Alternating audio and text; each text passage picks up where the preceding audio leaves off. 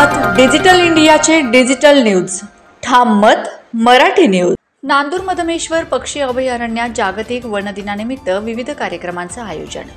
नांदूर मधमेश्वर पक्षी अभयारण्य वन्यजीव नाशिक सहाय्यक वनसंरक्षक हेमंत उबाळे, वनपरिक्षेत्र अधिकारी निलेश पाटील यांच्या नेतृत्वाखाली वनरक्षक श्रीमती आशा वानखेडे यांच्या नियोजनातून दिनांक 19 मार्च रोजी जागतिक वन दिनानिमित्त खानगाव थडी व करंजगाव या गावांमध्ये भव्य दिव्य रॅली काढण्यात आली। दोन्ही गावातील रॅलीमध्ये शाळेतील विद्यार्थी, शिक्षक वर्ग, सरपंच व ग्रामस्थ सहभागी झाले होते। रॅलीचे नियोजन संरक्षण वनमजूर एकनाथ साळवे, सुनील जाधव व पंकज चव्हाण यांनी केले।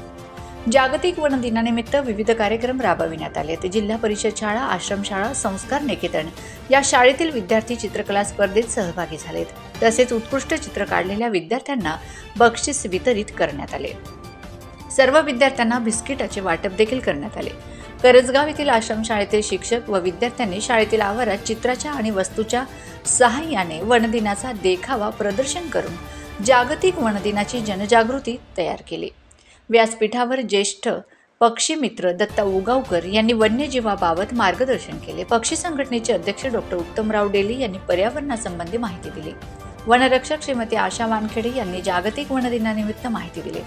प्रत्येक विद्यार्थ्यांनी, ग्रामस्थांनी एक रूप लावून त्याचे संगोपन आणि संरक्षण करा असे सांगितले।